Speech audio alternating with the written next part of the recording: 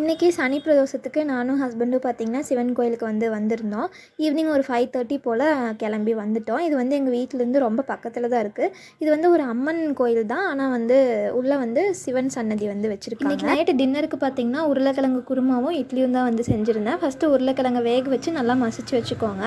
Paste ready பண்ணுறதுக்கு பார்த்திங்கன்னா ஒரு 2 கைப்பிடி அளவுக்கு தேங்காய், 2 பட்டை, 2 கிராம்பு, ஒரு ஹாஃப் தக்காளி, அதுக்கப்புறமா 3 பச்சை மிளகாய் நீங்கள் காரத்துக்கு ஏற்ற மாதிரி போட்டுக்கலாம். அப்புறமா கொஞ்சமாக பொட்டுக்கடலை சேர்த்து நல்லா ஃபைன் பேஸ்ட்டாக அரைச்சி வச்சுக்கணும். குருமா தாளிக்கிறதுக்கு ஒரு கடாயில் ஆயில் விட்டுட்டு ஒரு பெரிய சைஸ் பெரிய வெங்காயம், 3 பச்சை மிளகாய், கொஞ்சமாக கருவேப்பில், ஒரு ஹாஃப் தக்காளி மட்டும் சேர்த்துட்டு நல்லா வதக்கிக்கோங்க. வதங்கினதுக்கு அப்புறமா நம்ம அரைச்சி வச்ச பேஸ்ட்டை ஆட் பண்ணிவிட்டு நல்லா தாராளமாக தண்ணி விட்டுக்கோங்க. ஏன்னா ரொம்ப கெட்டியாகிடுச்சுன்னா சாப்பிட்றதுக்கு நல்லா இருக்காது.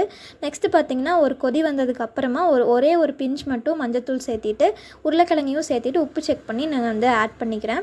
கடைசியாக கொத்தமல்லி தழை தூவி இறக்குனா ரெடி.